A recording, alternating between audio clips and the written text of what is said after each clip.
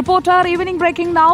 MVDയുടെ പേരിലും സൈബർ തട്ടിപ്പ്. വ്യാജ പെറ്റി സന്ദേശങ്ങൾ ലഭിച്ചേക്കുമെന്നും വ്യാജ ചെല്ലാനുകൾക്ക് പ്രതികരിക്കരുതെന്നും പൊതുജനങ്ങൾക്ക് മുന്നറിയിപ്പ് നൽകുകയാണ് മോട്ടോർ വാഹന വകുപ്പ്. വ്യാജമാണെന്ന് തോന്നിയാൽ പരിശോധിക്കണമെന്നും MVD പറയുന്നു.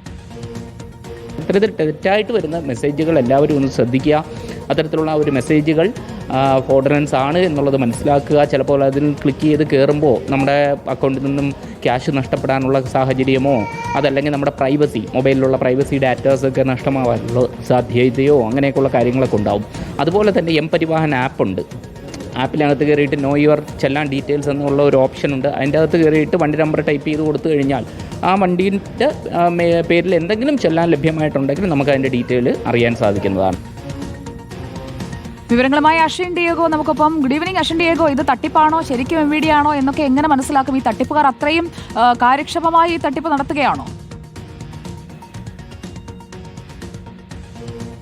സുജ, തീർച്ചയായും മുമ്പ് നേരത്തെ മുതൽ തന്നെ MVDയുടെ പേരിൽ ഇത്തരത്തിലുള്ള തട്ടിപ്പുകൾ നടക്കുന്നുണ്ടായിരുന്നു. അതുകൊണ്ട് തന്നെ സൈബർ പോലീസിൽ പലതവണ പരാതി നൽകിയതുമാണ്. പക്ഷേ എന്നിട്ടും സൈബർ പോലീസിന്റെ ഭാഗത്തു നിന്ന് യാതൊരു വിധത്തിലുമുള്ള നടപടി ഉണ്ടായിട്ടില്ല എന്നുള്ളതിന്റെ തെളിവാണ് ഈ വർദ്ധിച്ചു വരുന്ന തട്ടിപ്പ് എന്നുള്ളതാണ് മനസ്സിലാക്കുന്നത്. മാത്രമല്ല, ഈ സമീപകാലത്തായി നിങ്ങളുടെ വാഹനം ഒരു നിയമലംഘനം നടത്തിയിട്ടുണ്ട്, അതിന് ഇത്ര രൂപ ഫൈൻ അടക്കണം എന്ന് കൃത്യമായി തന്നെ മോട്ടോർ വാഹന വകുപ്പ് അയക്കുന്നത് പോലെ തന്നെയാണ് ഈ തട്ടിപ്പ് സംഘം ഒരാളുടെ ഫോണിലേക്ക് ടെക്സ്റ്റ് മെസ്സേജ് അയക്കുന്നത്. അതിനൊപ്പം ഒരു ലിങ്കും ഉണ്ടാകും.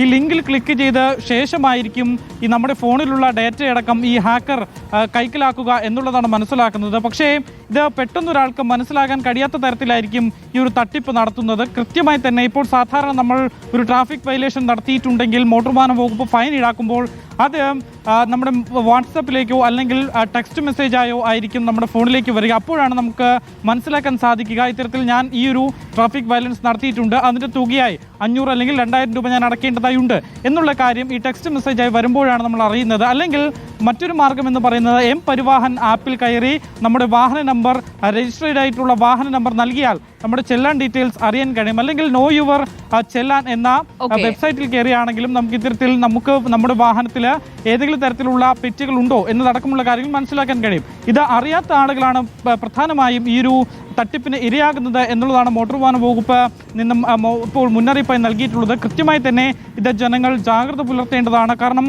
ഇപ്പോൾ കഴിഞ്ഞ കുറേ നാളുകളായി ഇത് വർദ്ധിച്ചു വരുന്നു.